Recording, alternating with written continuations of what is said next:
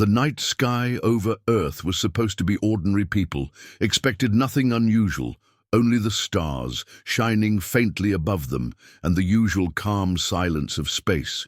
But then, without warning, the heavens ripped apart.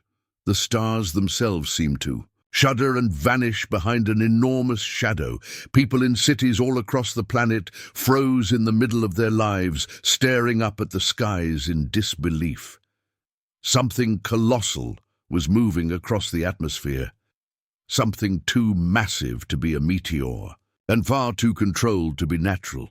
At first, it was only one ship, a dark shape bigger than any mountain, but then another appeared beside it, and then another, until the entire night sky was filled with enormous alien warships stretching as far as the human eye could see. Their black metal hulls blocked out the moon.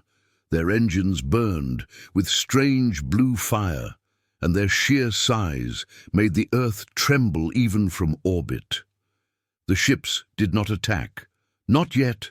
They simply hovered in perfect silence. As if waiting, humanity watched in terror.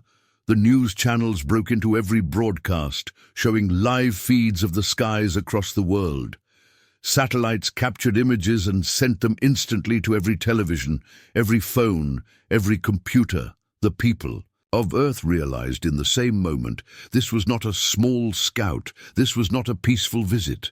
This was a fleet of war governments rushed into emergency meetings. Leaders demanded answers. Generals scrambled to launch fighters into the skies. But, deep down, everyone knew there was no chance. The sheer size of these vessels meant that humanity was nothing compared to them.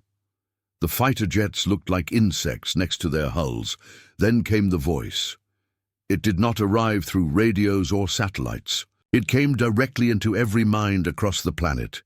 Every man, woman, and child heard the same deep, cold words echoing in their skulls, a voice that was not human, yet impossible to ignore.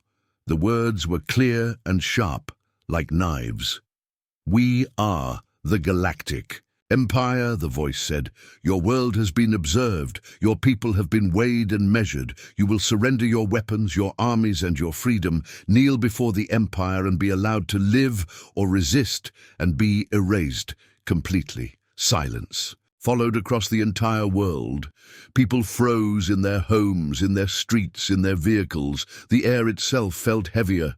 The words kept repeating in their minds, "Surrender or be erased." The ultimatum spread panic across every continent. Cities erupted with screams, alarms, wailed. Governments tried to calm their people, but the truth could not be hidden. Earth was facing an enemy beyond imagination.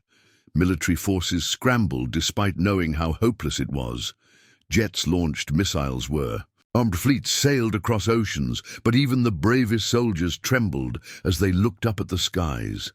What could weapons designed for human wars do against ships the size of continents in Washington? The president stared at the giant screens. In the command room, generals barked orders. Data poured in from satellites. The images were the same everywhere. Massive alien ships hovering, silent, motionless, but always watching. In Beijing, the same chaos unfolded. Leaders shouted at each other, military. Commanders tried to calculate scenarios, but the math never worked. Humanity could not win a direct fight, not against something. This big in Moscow officers pounded their fists on tables, demanding retaliation while others begged for caution. It was the same story repeated across the entire planet. Unity broke into fear, confusion, and desperate arguments. And all the while the alien fleet waited silent and patient like predators circling their prey. Hours passed, but the voice did not return still. The ultimatum hung heavy in the minds of humanity. Some believed surrender was the only option, survival at any cost. But others felt something stronger, something ancient rise in their hearts. Humanity had never bowed to invaders before. Why should they bow now on the streets? Fear turned to chaos. Riots erupted. Looters stormed shops. People shouted in anger and despair. Police forces struggled to keep order. Crowds gathered around screens showing the alien fleet live above their cities. Some It prayed, others cursed, many simply cried. But among the chaos, small groups of scientists, military officers and leaders began to form secret councils. They studied the ships, scanning them with every satellite and telescope, trying to find weaknesses, trying to buy time before the 7 days of the ultimatum ran out. One scientist, a quiet man who had spent years studying signals from deep space, noticed something strange in the alien broadcast. The voice was strong and commanding, but buried deep. In the signal were echoes, fragments of a pattern that did not belong to the Empire. It was as if the message had been transmitted through technology not fully understood by its own users. He whispered to his colleagues that maybe, just maybe, the Empire was not as perfect as it appeared. Maybe there was a crack in their armor. Meanwhile, in orbit, the alien ships began to move. Their movements were slow, deliberate, graceful, yet terrifying. Entire cities fell silent as one ship lowered itself. Closer to the atmosphere, its shadow stretched across hundreds of miles. People screamed, planes swerved to avoid the massive object, and the oceans below rippled under its gravitational force. Then the ship opened a structure from its belly, a massive circle glowing with blue light beams shot down toward Earth. But they were not weapons, at least not yet. Instead, they projected massive holograms across the skies, each one showing the same cold alien figure, tall, armored, with a face hidden by a mask of metal. The figure's glowing eyes scanned the world as if staring directly into every human soul. The figure raised its hand, and the same voice returned. 7 days, the voice said, kneel and live or stand and die. The hologram vanished. The ship pulled back, and the fleet resumed its silent watch. Across Earth, a new fear took hold. This was not a random invasion. It was planned, calculated. The Empire was testing humanity, watching their reactions, measuring their fear and their resistance. In secret bunkers across the world, generals debated counterattacks. Though they knew missiles and bombs would likely do nothing, scientists searched desperately for any clue of weakness. But the time was slipping away. Hour by hour, the countdown had already begun. In the cities, whispers spread about the ancient stories of Earth, about wars long forgotten, and battles where humanity had always risen at the edge of destruction. There were those who believed that even against impossible odds, humans would find a way. They always had. But for now, the skies remained dark, filled with alien warships, the air thick with dread, and the world trembling beneath the shadow of the Galactic Empire, waiting for the day of decision. Would Earth kneel, or would it fight? The answer was still uncertain, but one truth was clear. Humanity's final warning had been spoken, and the clock was already ticking. The world was still shaking from the ultimatum the Empire had given every person on Earth. Heard the same words, kneel or die. And now panic spread like fire through every country. People could not sleep at night. Children cried in fear. Soldiers tried to look strong, but even they felt powerless, because the sky was still filled with those impossible ships. Their shadows covered entire nations, like an endless storm that would never move away. In the great halls of governments, leaders screamed at one another. They were supposed to be calm, but fear twisted every discussion in Washington. The president demanded unity, but some advisors whispered that surrender was the only way to save billions in Beijing. Generals shouted that China would never bow to outsiders, but even as they shouted, some politicians secretly discussed survival at any cost. In Moscow, men in uniform banged fists against the table, swearing to fight, while others begged for talks with the aliens. The Empire's strategy was working without firing a single shot. They had split humanity into pieces, some ready to fight, some ready to kneel. Trust among nations began to break. Governments started hiding information from one another. Everyone wanted an edge. Everyone was afraid of betrayal. On the streets, the people suffered the most. Food markets were empty. People rushed to buy anything they could: gasoline, water batteries, anything that might be useful if war came. Some cities fell into riots. Shop windows smashed, crowds clashed with police. Many carried signs demanding surrender, believing that survival under alien rule was better than death. But others shouted that humanity had to fight, even if it cost everything, because to kneel meant slavery, forever. Televisions showed endless debates. One voice demanded surrender, another demanded resistance. Families, sitting in their homes, argued with each other. Fathers and mothers looked into the eyes of their children, wondering which choice gave them a future. While the world shouted and fought among itself, a group of scientists in a hidden underground base discovered something strange. They had been scanning the alien fleet day and night, searching for any weakness. Most results showed only despair. The ships were stronger than anything on Earth. Weapons could not even scratch their hulls. But then one scientist noticed a faint energy reading near Antarctica. The reading did not come from the Empire's ships. It came from the Earth itself, something old and buried deep beneath the ice. The scientists ran more tests. The energy signature was alien, but not the same as the Empire's technology. It was older, more ancient, almost like it had been left here thousands of years ago, hidden, waiting to be found. They debated in whispers. Could it be that Earth had once been visited long before the Empire came? Could it be that humanity was not alone for longer than they ever imagined? While they argued, governments grew more divided. The Empire did not speak again, but that silence was its own weapon. Every day of waiting tightened the fear choking the world. In Europe, protests grew larger, streets flooded with people, some holding signs saying "surrender now," others holding banners shouting "fight for Earth." Police clashed with crowds. Buildings burned as anger turned against neighbors, friends, and even families. Entire cities split in half, some demanding peace at any cost, others demanding war to the end. In secret meeting rooms, leaders of powerful nations made their own plans. Some were preparing to send private messages to the Empire, offering loyalty in exchange for survival. Others were building hidden bunkers for themselves, while telling the public to stay calm. No one trusted anyone anymore. The Empire watched it all. Their ships never moving, never firing a shot, but their presence was enough to tear humanity apart from the inside. Their silence was sharper than any weapon. On the 6th day before the ultimatum expired, something changed. One of the Empire's ships descended lower than the rest, slowly moving across the skies of South America.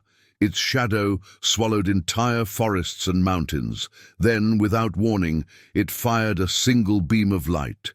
Not on a city, but on the ground outside an empty desert. The blast carved a crater miles-wide. Fire spread across the earth, and the message was clear. The Empire did not need to destroy cities to control humanity.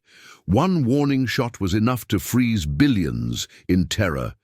People screamed across the world. The broadcast of the explosion reached every screen.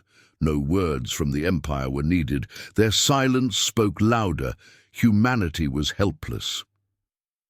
But in the chaos, a small group of scientists and soldiers continued to investigate the strange readings in Antarctica. The deeper they scanned, the more certain they became. Something was buried beneath the ice, something alien but not hostile, at least not yet.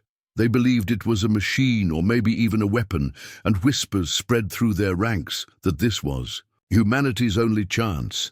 As these secrets grew, governments began to fracture. Even more rumors of betrayal reached the streets.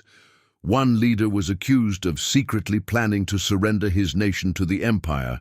Another was rumored to be sending messages begging for protection. People began to wonder who they could trust at all in military bases across the planet. Soldiers prepared for battles. They knew they could not win. Young recruits wrote letters to their families. Some whispered prayers before sleeping. Others stared at the sky, wondering if tomorrow would be their last. But no one dared admit out loud how hopeless the situation really was. Then came the first betrayal. It did not come from a soldier or a citizen, but from a powerful world. Leader, a private transmission was discovered by hackers across the internet. The message was short but clear. The leader had sent a promise to the Empire offering complete loyalty in exchange for protection for his own nation. The recording spread. Everywhere in minutes, people were furious. Riots doubled overnight. Millions screamed in rage. Entire cities burned because trust in their leaders shattered completely. The Empire had not needed to lift a finger. Humanity was tearing itself apart faster than any alien attack could achieve. In the final hours before the ultimatum ended, the world sat on the edge of collapse. Unity was gone. Fear ruled, betrayal spread. Whispers of hidden alien technology in Antarctica gave a thin spark of hope. But no one knew if it was real, no one knew if it would work. The alien fleet remained above Earth, silent and patient, their weapons glowing faintly, like the eyes of predators waiting in the dark. The people of Earth trembled as the countdown continued. Would humanity surrender? Would it fight? Or would it destroy itself before the Empire even struck? The answer was not yet known. But the fear was enough to break the world into pieces, and the 7 days were running out fast. The world waited in silence. As the countdown to the Empire's ultimatum grew shorter, people no longer asked if the aliens would attack. They asked when the blow would fall. Each hour felt heavier than the one before, and the skies still carried the shadows of those impossible. Ships covering Earth like storm clouds that never moved. In the middle of the chaos, when hope seemed almost gone, a group of scientists hidden deep beneath the frozen wastelands of Antarctica made a discovery that could change everything they had. Followed strange signals pulsing beneath the ice, and what they uncovered was not natural, not human. It was alien. But unlike the technology of the Empire, the readings were different, older and far more complex. The base was secret, even from most governments. A mix of military guards and scientists worked together in fear, but also in wonder, as they drilled deeper into the ice. With each day, the machines shook with strange energy. The air itself felt charged, like a storm was building underground, and then the drills struck metal. It was not metal. Like humans knew, it was smooth, cold, and indestructible. Even the strongest equipment could not scratch it. But the instruments showed it was hollow, inside a chamber, sealed for thousands, maybe millions of years. The scientists stared at the readings in disbelief, because what they had found was not just an object, it was a structure, a machine buried long before humanity ever built its first city. The military officers demanded to know what it was. A weapon, a ship, a trap. The scientists could not answer yet, but they felt something deeper, a strange hum like a heartbeat echoing through the chamber, as if the machine was sleeping. Above ground, the storm of politics grew worse. Governments argued. Louder, surrender or fight. Leaders accused each other of betrayal, some already proven guilty of sending messages to the Empire. The people on the streets were tired of lies. They wanted hope, or they wanted survival. No middle path was left. News of the Antarctica discovery spread in whispers. Only a few trusted leaders were told. But even among them, mistrust grew. Some demanded the technology be used immediately as a weapon. Others feared it was too dangerous, that activating it could kill the Earth itself. But the truth was clear: without something new, humanity had no chance. The scientists worked night and day, breaking through the alien seal. Finally, after endless hours, the chamber opened. A hiss of ancient air filled the tunnels. And for the first time, human eyes looked into the alien vault. The walls glowed faint blue symbols, etched across surfaces pulsed with light. None of it was human writing, but somehow it felt alive.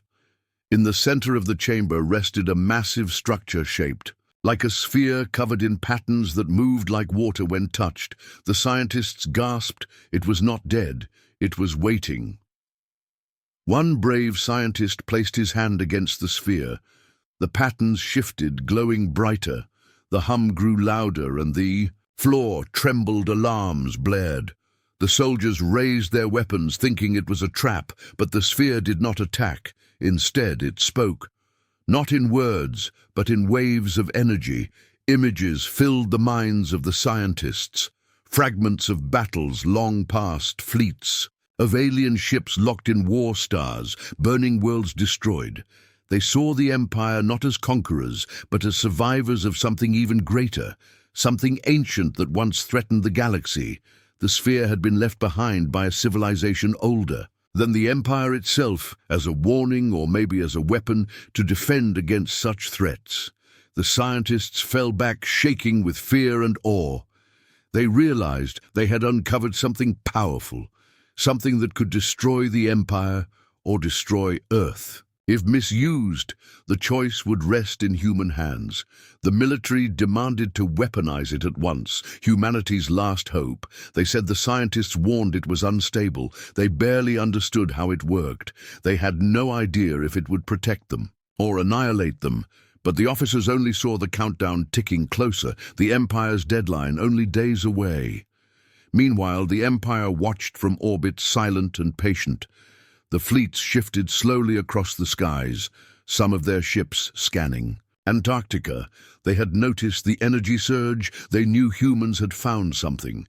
And for the first time, the Empire moved closer, as if preparing to strike before the weapon could awaken. Inside the chamber, the scientists worked furiously, decoding the patterns, trying to unlock the controls. The sphere responded slowly, glowing brighter each time. But each activation sent shockwaves across the base machines. Failed. Lights flickered.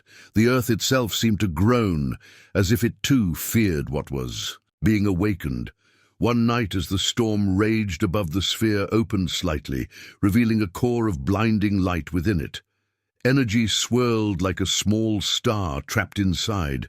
The scientists stared in horror and amazement, realizing it was not a simple weapon. It was a reactor, a source of unimaginable power far beyond nuclear or anything humanity had ever dreamed of if controlled. It could power fleets if unleashed. It could rip the planet apart. Some argued it must be shut down, buried again, to protect Earth. Others argued it was destiny. Humanity had found its only chance against the Empire, and it had to be used. Now, the arguments grew louder. Soldiers prepared to remove the scientists by force. If necessary, the world was collapsing into chaos outside, and now even this last hope risked tearing itself apart from the inside. News leaked, despite all efforts to contain it across the globe. Whispers spread humanity had discovered alien technology hidden under the ice. Some called it salvation. Others called it doom. But the effect was the same. Panic spread faster. People demanded answers, demanded to know if they had a chance to fight back or if the end was already decided. The Empire responded for the first time since their initial ultimatum. A massive hologram filled the skies. The masked alien figure returned, its glowing eyes colder than ever. "You have unearthed what was not meant for you," the voice thundered. "Return to your silence or be erased. You have 4 days left." The hologram vanished, leaving billions trembling. But in Antarctica, the scientists only worked harder, because now they knew the Empire feared the sphere. Whatever it was, the Empire did not want humanity to have it, and that fear meant hope. But every test grew more dangerous. The base shook violently each time the sphere awoke. The ice cracked above their heads. Soldiers began to doubt survival. Some whispered that they would rather surrender to the Empire than risk awakening something worse than the aliens. But others believed humanity had no choice. The weapon had to be ready, or Earth was finished. As the days slipped away, the struggle reached its breaking point. Humanity divided, governments fractured, the people rioted, and the Empire circled closer like wolves ready to strike. But deep under the ice, the sphere continued to awaken, glowing brighter each hour, the hum growing louder, as if the machine itself knew the final day was near. Humanity now stood at the edge of destruction, with only one fragile hope, a weapon they did not understand, a power that could save them or doom them forever. The clock was still ticking, and the choice would soon be forced upon them: fight, kneel, or unleash the unknown. The fourth day of the ultimatum began with silence, but it did not last long. The Empire had waited patiently, circling Earth like vultures watching prey, and now they moved without warning. The massive ships shifted across the skies, their shadows stretching over oceans and continents. And then the first strike came. It was not against a city.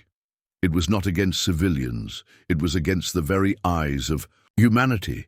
Their satellites, the fleet, released bursts of light, invisible to the human eye but deadly to machines. One by one, the satellites orbiting Earth blinked out, gone. In seconds, entire networks of communication collapsed. The world went blind. Above the skies, in control rooms across the planet, operators screamed as screens went dark. Commanders shouted into dead radios. Generals pounded fists against dead consoles in minutes. Earth had lost decades of technology, thousands of satellites, burned away into silence, and the Empire did not stop. Next, they targeted the space stations floating above Earth, the pride of human progress, homes of astronauts, symbols of unity one by one. The stations lit up like torches, beams from the Empires. Ships cut through them, as if they were paper fragments, scattered into the atmosphere, burning across the night sky. People on the ground gasped as streaks of fire rained above them. They did not realize those were their own stations falling from orbit. The world panicked once again. Screams filled cities as the news spread. Earth's first line of defense had been erased without a fight. Missiles were prepared, planes launched into the air, but even as the brave pilots climbed into the skies, they saw the truth. The Empire's ships were too large, too strong, their weapons too advanced. Still, humanity tried. Jets screamed upward, firing their rockets. Missiles streaked through the clouds, targeting the alien hulls. Explosions lit the sky. But when the smoke cleared, the ships remained untouched. The weapons bounced harmlessly off their shields, as if Earth's mightiest arsenal was nothing more than sparks against stone. The Empire responded to this feeble resistance with cold efficiency. Beams of white energy lanced downward, slicing through fighter jets. Hundreds of planes turned to fire. In moments, pilots barely had time to scream before vanishing. Entire fleets were erased as if they never existed.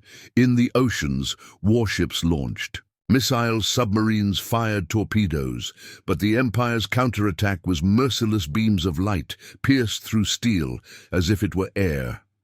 Entire fleets sank in burning waves. Sailors cried for help as fire spread across the waters. The oceans glowed with wreckage lit by alien power.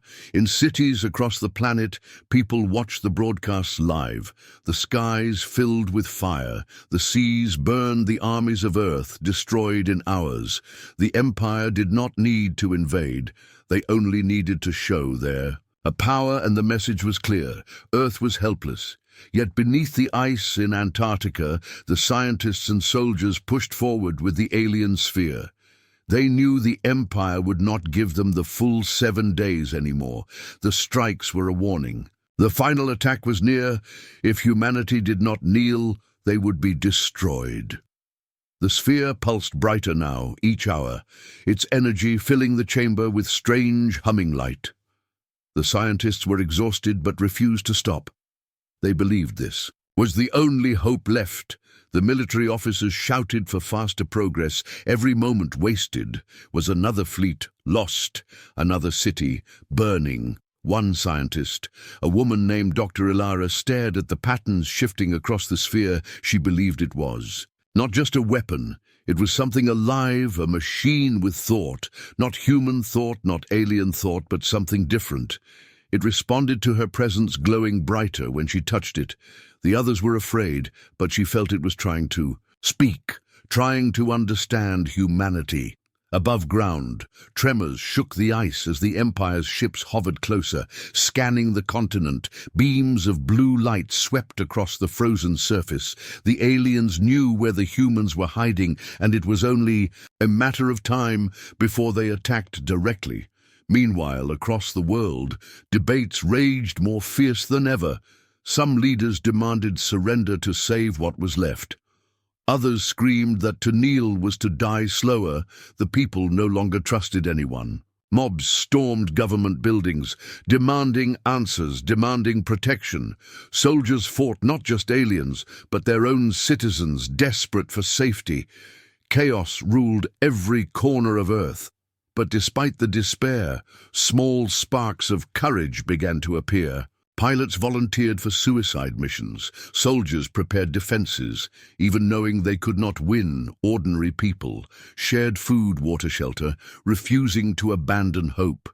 Humans were afraid, but deep in their hearts, many still whispered that they would fight to the very last.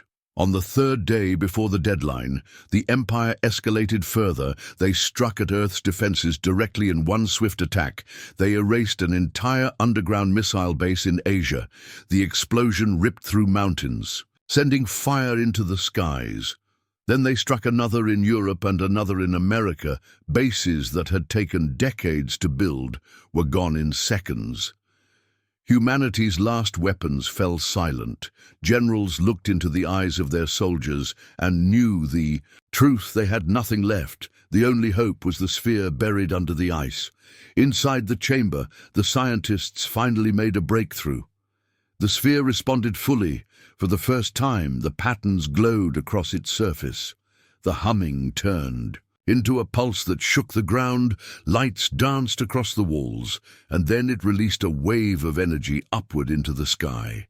Satellites might have been gone, but telescopes still watched. They saw the beam pierce the heavens, stretching into space. The Empire's ships shifted. The beam had struck one of them, shields flared bright, and for the first time in history, an alien ship trembled. It was not destroyed, but it was wounded. The entire world held its breath. The weapon had worked. Cheers erupted in the underground base. Soldiers shouted in victory. Scientists wept with joy. For a moment, hope returned for the first time since the invasion began, but the moment did not last. The Empire reacted swiftly.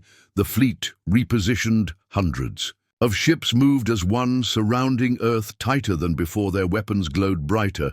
The masked figure returned in the skies, its voice cold and furious. "You have chosen death," it said. "Your defiance ends now." The hologram vanished, and the attack began. Full force beams of energy rained down across Earth cities, lit up with fire. Entire regions cut apart in seconds. The planet shook with destruction. The Empire was no longer playing. They were showing what refusal meant. In Antarctica, alarms blared. The alien weapon shook violently, its patterns twisting faster, brighter. The scientists screamed as consoles overloaded. Sparks flew. The machine was unstable. The power was too much to control. Yet it was the only chance humanity had left. Soldiers rushed to defend the base as strange signals pulsed into the skies. But above them, the Empire's ships descended closer, their shadows swallowing the continent. The war humanity had tried to avoid had begun. Earth was burning. The alien fleet showed no mercy, and the secret weapon beneath the ice trembled with unstable power. Its choice clear: unleash it and risk everything, or hold back and face certain annihilation. Humanity stood on the edge of extinction, and the next decision would decide the fate of the world. The Earth was burning. The Empire had unleashed its fury, and humanity was on the edge of destruction. Cities smoldered, oceans boiled, and the sky glowed red with the fire of alien weapons, the secret weapon hidden under the Antarctic. Ice was the only hope, but it was unstable, dangerous, and half understood. The scientists begged for more time, but time no longer existed. The Empire was closing in faster each hour, and the world was already breaking apart inside the underground base. The atmosphere was thick with tension. Soldiers guarded the chambers with weapons raised. Engineers shouted over alarms, and the alien sphere pulsed with brighter and brighter light. Dr. Ilara, who had been the first to touch it, stood before the machine, her eyes locked on the patterns that moved across its surface. She whispered that the sphere was trying to communicate that it was not only a weapon, but also something greater. But few listened anymore. All they wanted was results. In the chamber, Ilara woke again, her body weak, her skin burned where the machine had touched her. Soldiers tried to force her to rest, but she shook her head, her voice hoarse. She told them the fight was not finished. She told them the machine was. Listening still, she placed her hand once more on its glowing surface, begging it to show humanity the way forward. The light responded faint but clear, sending patterns across the broken walls. Symbols no one had seen before the scientists scrambled to record them, screaming that this was knowledge, not destruction, this was a gift. Above the planet, the remains of smaller enemy ships still drifted, some burning, some silent, but not all dead tiny craft, detached from their husks, falling like meteors, only to slow as wings of fire unfolded machines that landed in the ruins of cities. Their bodies shaped like predators, their claws sharp as steel. They hunted not with hunger but with command, their purpose to break the last hope of resistance. One city after another lit with fire and screams, yet the people did not scatter.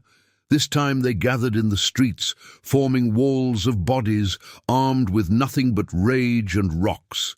They stood as the machines descended, daring them to try the first. Wave cut through them, blood-spilled bodies fell, yet the line did not break each time one fell. Another stepped forward each time a machine tore through defenders. More rose from alleyways, more from the rubble, more from underground shelters. They screamed the same words again and again. Humanity lives, humanity fights the machines. Paused for a fraction of a second, as if listening, as if some echo of the sphere's voice reached them, but then they struck again. In orbit, signals spread faster. Than light the Empire's distant forces heard of the defeat, heard of the broken flagship, heard of the resistance of a world that should have been dust. The galaxy shivered. Some laughed, some cursed, some cheered. For the first time, whispers spread that the Empire was not eternal, that somewhere at the edge of the stars, a small blue world had scarred the giant. But the whispers also brought danger. The Empire would not let this insult stand. Their armies, greater than worlds, would rise again. They would return with fleets that blotted out suns. Humanity did not know this, not yet, but the sphere did. Its faint light trembled as if warning the survivors around it. Ilara felt the message, though no words came. She told the soldiers to listen, told the scientists to prepare, because what had come before was only the shadow of the storm. Night fell across Earth, but the sky was never dark. Fires burned everywhere, wreckage glowed as it cooled alien metal, hissing against rain. Lightning split. The heavens' storms brewed across oceans. Yet still people gathered in the open, watching the stars together, waiting for the next blow. Some sang broken voices carried across ruins, some simply held hands, others sat in silence, but all of them looked upward with the same thought. The war was not over, but they were no longer afraid of the silence above. They dared it to speak again. On the beaches, the alien warriors clashed with defenders of Earth, bullets and knives against plasma and steel. The humans fell in waves, but for every soldier killed, 3 more took his place. Mothers with kitchen blades, old men with axes, children throwing stones from rooftops. The aliens struck them down, but could not break the tide one by one. The invaders slowed their blades heavy, their steps faltering, as if something in the air fought against them, the will of humanity itself. The scientists in the chamber screamed with new discoveries, the symbols from the sphere mapped into star charts, into energy. Paths into something they could not fully understand but felt was a weapon, a path forward to turn defiance into power.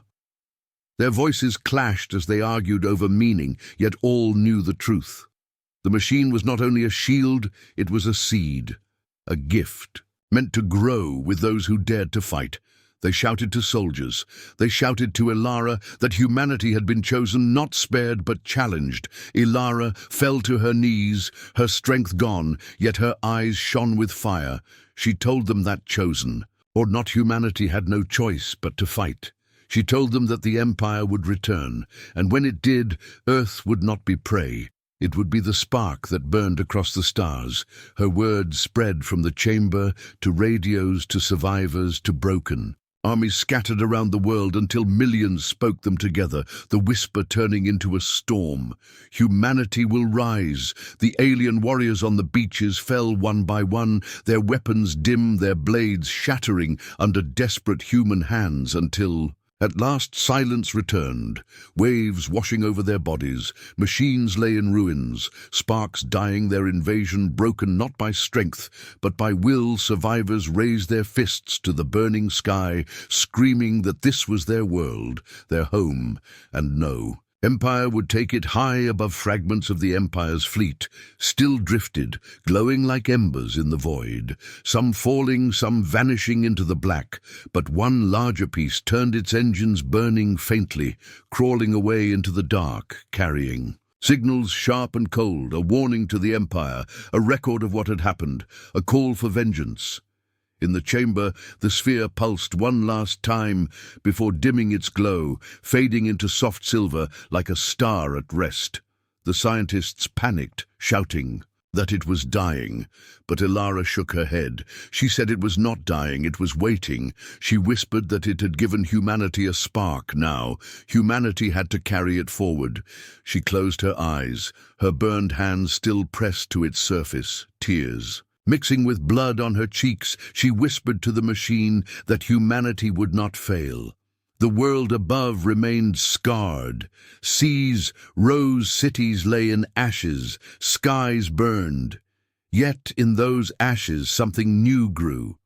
People no longer saw themselves as nations, divided, but as one world, wounded but alive, armies broken, came together not to fight each other, but to rebuild as one. Flags once held in rivalry, now burned together in the same fire. Survivors carried wood and stone side by side to build shelters. The first fragile signs that humanity had heard the warning and chosen to change. But in the silence between storms, danger still lingered in oceans, machines still moved in shadows, broken weapons still pulsed faintly, waiting to be awakened, and far beyond the stars, fleets of the Empire gathered hungrier than ever, preparing to return. When they did, Earth would not face them as prey, but as defenders of fire. The story was not ended, only begun, and as the night sky burned with the falling fragments of the enemy, every child who looked upward felt the same thought carved into their hearts. The Empire had struck, but humanity had answered, and the war for the stars had only just begun. The Empire struck again. Beams of pure energy blasted through the clouds, tearing deep into the ice. The ground shook like the world was breaking apart. Explosions thundered as alien firepower ripped through defenses. Tanks melted instantly. Planes were vaporized before they could rise from runways. Submarines hiding under the ice cracked apart like eggs. The frozen surface turned to rivers of boiling water, yet still humans fought. Missiles screamed upward, and though most bounced uselessly off alien shields, a few struck with enough force to scar the massive ships above the site of damage. Even small damage filled humanity with hope. In the chamber, the sphere released another wave of energy.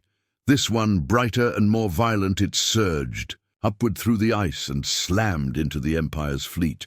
Several ships staggered, their shields collapsing. For brief moments, explosions erupted across their hulls. One ship even split apart, falling in burning fragments into the ocean below. The world watched. Live feeds from satellites and cameras still working showed the impossible. The invincible fleet bleeding fire across the sky. Billions cheered and cried. But the victory came with a cost, because the chamber itself shook violently. Walls cracked, consoles exploded, and water poured through broken pipes. The weapon was tearing its prison apart. The scientists screamed that the energy was rising beyond control. They warned that if the sphere continued unchecked, it would rip through. The crust of the Earth itself, the commanders demanded they stabilize it somehow. But the scientists admitted they did not understand enough. The machine was choosing on its own, its power beyond anything human minds could grasp. Panic spread through. The chamber soldiers argued over whether to keep feeding energy to the sphere or to shut it down. Some screamed to destroy it before it killed them all. Others swore it was the only hope and must be protected, no matter the risk. Then came the voice. It was not a human voice, but it echoed in every mind within the chamber, a sound both alien and familiar, 1,000 tones at once, calm but heavy. It spoke without words, yet all understood its meaning. The sphere was not a weapon built by the Empire. It was far older, built by another race long gone, guardians of life scattered across the stars. The machine told them it was here to judge humanity, to decide if they deserved survival or if the Empire was right to erase them. Silence fell as every person felt the weight of that truth, their fates now in the hands of something beyond comprehension. Above ground, the Empire saw the danger. Their ships regrouped, focusing their fire on Antarctica. The sky glowed with endless beams as the alien fleet poured everything they had onto the ice cracks spread for miles. The ground shattered, earthquakes shook continents, and tsunamis tore across oceans. Cities already weak collapsed into rubble.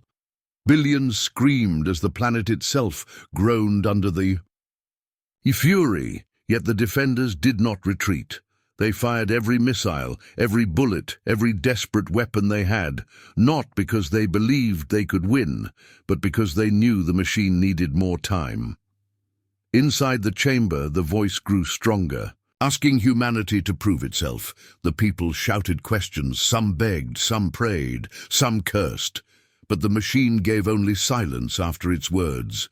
The choice was theirs to make. Dr. Ilara stepped forward, her voice steady. She told it that humanity was flawed, broken by fear and betrayal, but also capable of courage, love, and unity. She said even now, at the edge of death, they still stood together against impossible odds. She begged the machine to see not their weakness, but their fire. The light swelled brighter than ever, flooding the tunnels and the battlefield above. For a moment, both humans and aliens froze in awe as a massive wave of energy shot into the sky. Unlike the others, this was controlled, precise. It sliced through the empires. Shields like knives through paper ships exploded in burning fragments. Entire formations scattered one by one. Colossal vessels crumbled under the light until even the largest of them retreated, broken and burning into orbit. The first real retreat of the Empire in history. The world erupted with hope. Soldiers shouted in triumph. Civilians wept. Billions across the globe cheered, screaming that Earth had struck back at last. The Empire bled and humanity lived, but the victory came with fear, because the sphere did not stop. Its energy rose higher. Cracks split the chamber wider. The ground trembled with violent force. The scientists shouted that it might collapse the entire continent if it was not stabilized, but the sphere ignored them, glowing brighter, as if it was preparing something far greater. Dr. Ilara fell to her knees before it, her face lit with tears. She whispered for it to trust them, to give them the chance to prove their worth. She swore humanity would rise beyond its cruelty and betrayal. She begged for time, for just one chance. The light flickered, then steadied. The voice returned one final time. It spoke of balance, of danger and hope, of destruction and survival. And then it said, the trial was not yet complete. Above, the fleet was regrouping. Though broken, they were not gone. And the Empire never surrendered. The largest ship in orbit began to descend, its shadow covering entire regions.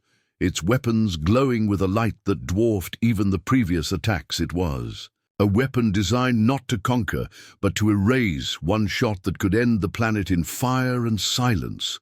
The people of Earth watched in terror as the ship lowered its cannon ready to fire. The defenders scrambled, but they had nothing left. No missiles, no planes, no strength. Only the sphere remained glowing brighter and brighter, shaking the world apart as it prepared for the final decision. The choice hung heavy. Would the machine save humanity or destroy it along with the Empire? No one knew not. Even Dr. Elara, who stared into its blinding light with trembling hands. The fate of Earth rested in that final moment, with the stars themselves watching in silence. The massive alien ship hung over Earth like a dark sun, its shadow covering the oceans. And continents beneath the world held its breath as the Empire's ultimate weapon charged, glowing brighter than the clouds and lightning that tried to hide it. The sound was not heard by ears, but felt in the bones, a deep, endless hum that made hearts freeze and minds tremble. Even hardened soldiers stared helpless at the sky, knowing nothing they had left could stop what was coming. One beam, one shot, and Earth would be gone. Deep beneath the ice, the sphere pulsed like a heart, its light flashing faster than ever. Cracks in the chamber spread wider with each beat. Chunks of ice and stone rained down. Soldiers scrambled to cover. Scientists screamed at their consoles. Sparks flew and cables snapped. Still, no one ran because all knew. The machine was the only chance they had. It spoke again, not with words, but with pressure in the mind, filling every thought with questions unseen. It was asking not what humanity wanted, but what humanity was. Dr. Elara felt it stronger than the rest. Her voice broke as she answered aloud. Though no one asked, she said humanity was not perfect. It was full of fear, anger, and betrayal, but it was also full of fire and love. She told it that no empire, no tyrant, no alien force could crush the will of people who refused to kneel. She begged it to see not the broken wars, but the moments of courage, when one stood for another, when hope burned brighter than despair.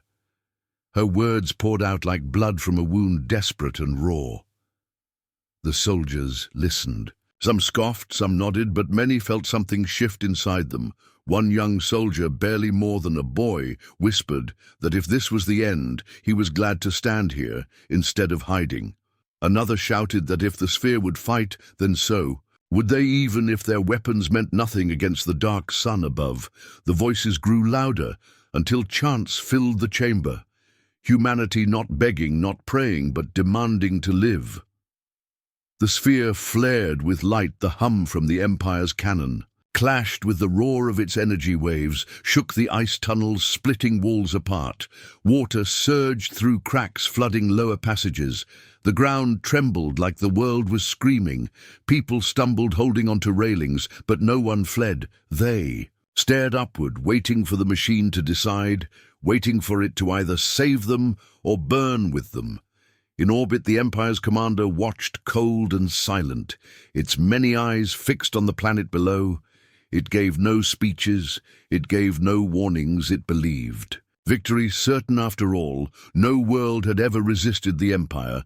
Not for long. The beam it prepared was not meant for battle, but for cleansing, to erase the stain of resistance from history forever. The command to fire echoed through its fleet, and the cannon began to descend. Dr. Elara closed her eyes, tears running down her cheeks. She whispered to the sphere that even if it chose destruction, she was grateful to have fought. She placed both hands on its surface. The patterns burned against her, skin glowing lines wrapping around her fingers like fire. Yet she did not pull away. She let the pain sink deep because she wanted it to feel her, wanted it to know her heart. The chamber exploded with light. The blast shot upward, faster than sight. Tearing through ice and clouds and space itself for a moment, night turned into day across the entire world. Billions looked up and gasped. The beam from the Empire and the energy from the sphere collided above the Earth. The sky split with colors. Never seen before, waves of power bent the clouds into storms. Lightning forked across continents, oceans rose in tidal walls. The collision shook the planet itself. At first, it seemed the Empire's beam was winning its dark energy, pressing harder, burning through the sphere's light inch by inch. Firestorms erupted in the atmosphere. Metal rained from shattered satellites. The air itself burned soldiers on. The ground shielded their faces, convinced the end had come. But then the sphere pulsed again, brighter than before. Its light surged like a tide, breaking against stone, pushing back against the Empire's fire. The two forces clashed in silence, yet every soul on Earth felt the weight of it. The scientists screamed data into failing radios, energy readings higher than anything ever recorded. Consoles melted from heat air, turned to steam in the tunnels. Still Ilara stood unmoving, her hands on the sphere, her voice trembling as she repeated the same words again and again. Humanity lives. Humanity fights. Humanity rises. The machine pulsed brighter with each word until its light swallowed her completely. On the battlefield above, soldiers who had no weapons raised their fists. Civilians in burning cities screamed defiance into the sky. Children hiding in ruins held each other and whispered prayers together. Billions of voices across Earth united in the same desperate cry to survive. The machine heard them all, and its light sharpened into a single spear. It pierced the Empire's beam, cutting through the endless fire and driving it back inch by inch. The alien commander felt it for the first time in its endless conquest. Doubt its ship-shook alarms screamed across alien bridges as shields failed. Panels shattered, systems overloaded. The beam began to bend, faltering against the impossible resistance. Still, the Empire did not retreat. It forced more power into the weapon, determined to erase this small world. But the more it pushed, the brighter the sphere became. The collision reached its breaking point, and then the sky ripped open in silence. A shockwave spread across orbit.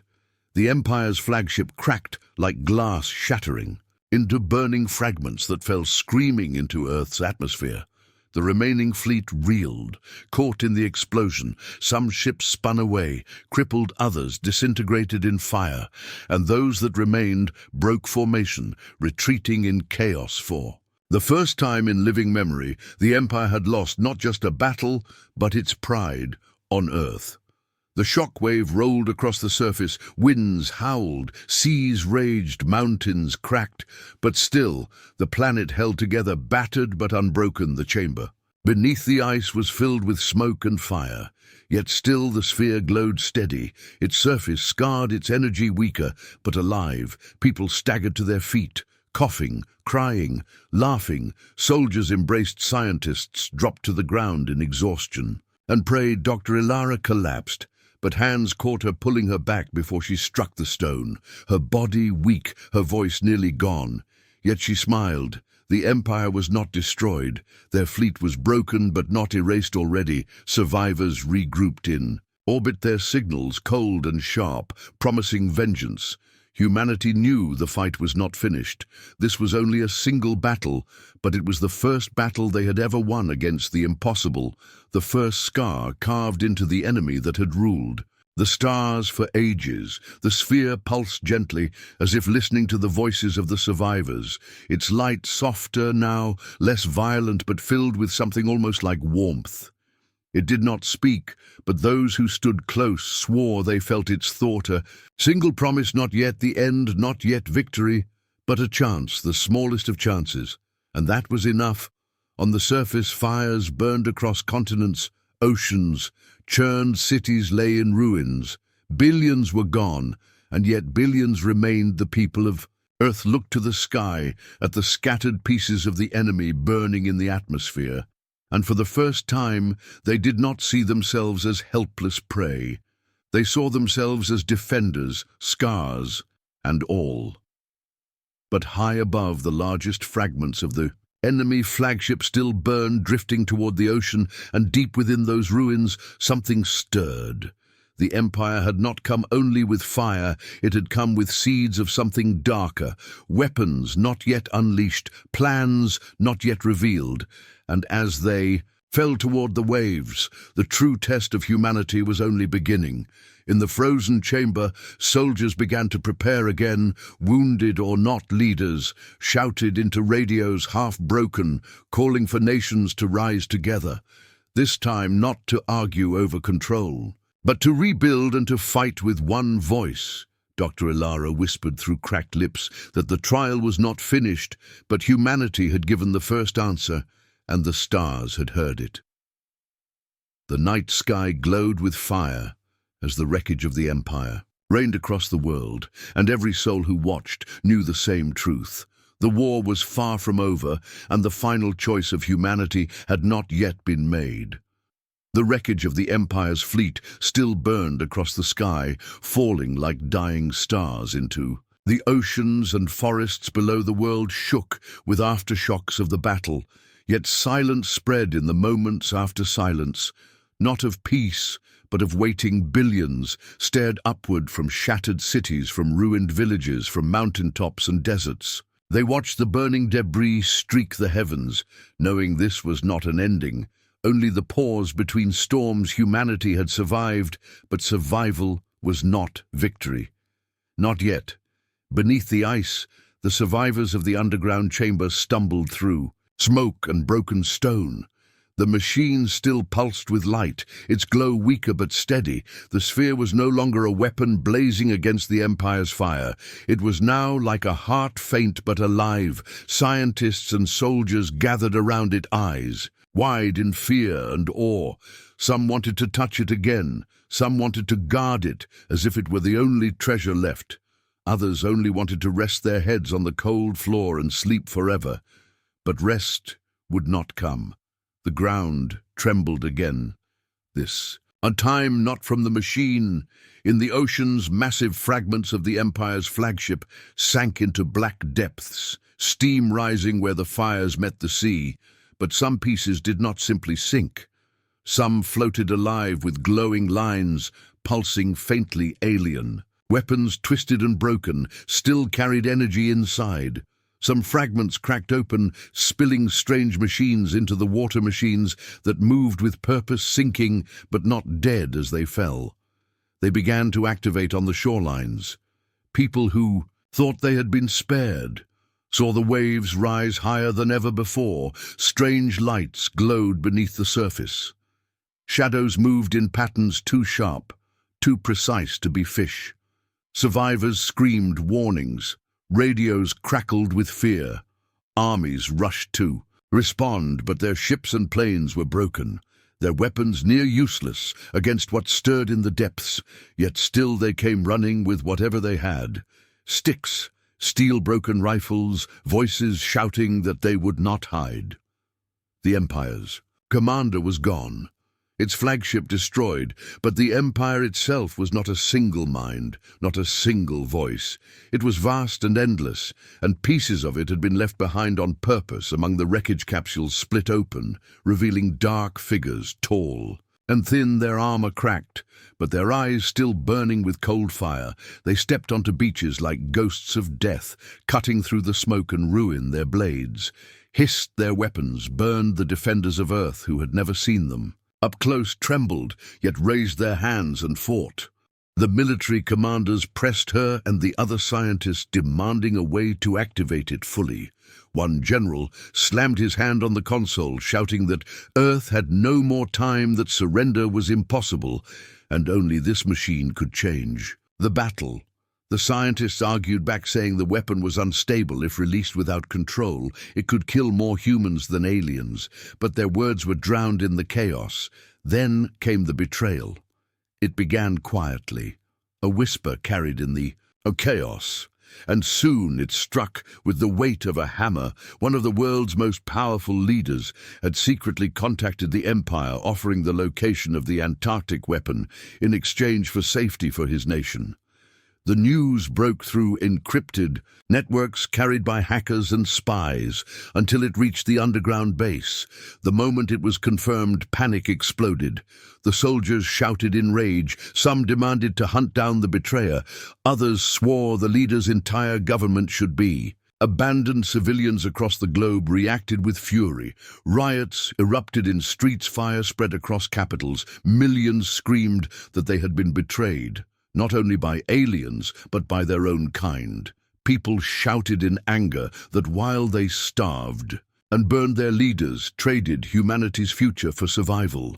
The Empire wasted no time with the coordinates. Now in their hands, the fleet began to shift, its enormous ships turning slowly toward Antarctica. The ground trembled as the shadows of the fleet grew larger. Every satellite telescope and radar left working confirmed the same thing: the Empire was coming for the weapon. In the chamber, the scientists scrambled faster, their hands shaking as they worked.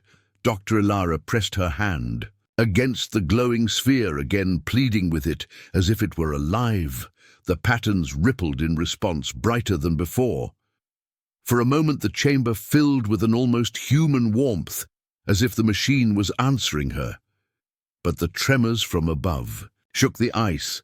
The soldiers warned that the Empire's fleet was descending closer. The military commanders prepared their defenses, knowing they could not stop the fleet, but determined to slow it as much as possible. Jets launched, submarines moved. Under the ice ground, troops lined the frozen surface with missiles and cannons, but everyone knew it was suicide. Still they stood, because the sphere had to be given time to awaken. Then the strike came. Beams of light shattered the sky above Antarctica. The Empire's ships descended like monsters out of the heavens. Explosions rocked the ice fire, spread across the frozen plains. Soldiers screamed orders into radios as the first blasts hit their positions. Tanks melted in seconds. Planes were torn apart before they could even aim. The ground turned to ash under the weight of alien firepower.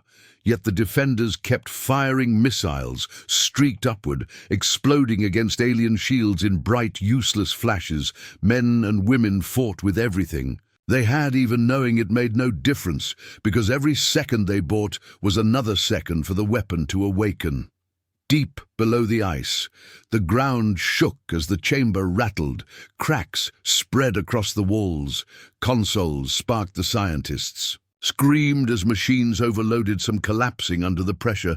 But Dr. Elara refused to move. She stared at the sphere, her voice trembling as she begged it to respond. She spoke of humanity, its history, its struggle, its refusal to kneel. She told the machine that if it did not help Earth, would be gone, and its purpose forgotten. Her words echoed in the chamber, desperate and full of fire. The sphere pulsed brighter, brighter, until the light was blinding. The patterns rippled faster. The hum grew into a roar, like 1,000 voices whispering. At once the scientists gasped, because something was happening, something real. The sphere was awakening. But above ground, the defenders were breaking. Entire divisions erased in seconds, whole lines of defense burned away. The alien ships were lowering their weapons toward the ice, preparing to strike the underground base directly. The commanders shouted that there was no more time. The weapon had to be activated now, even if it was unstable, even if it destroyed everything, because waiting meant certain annihilation.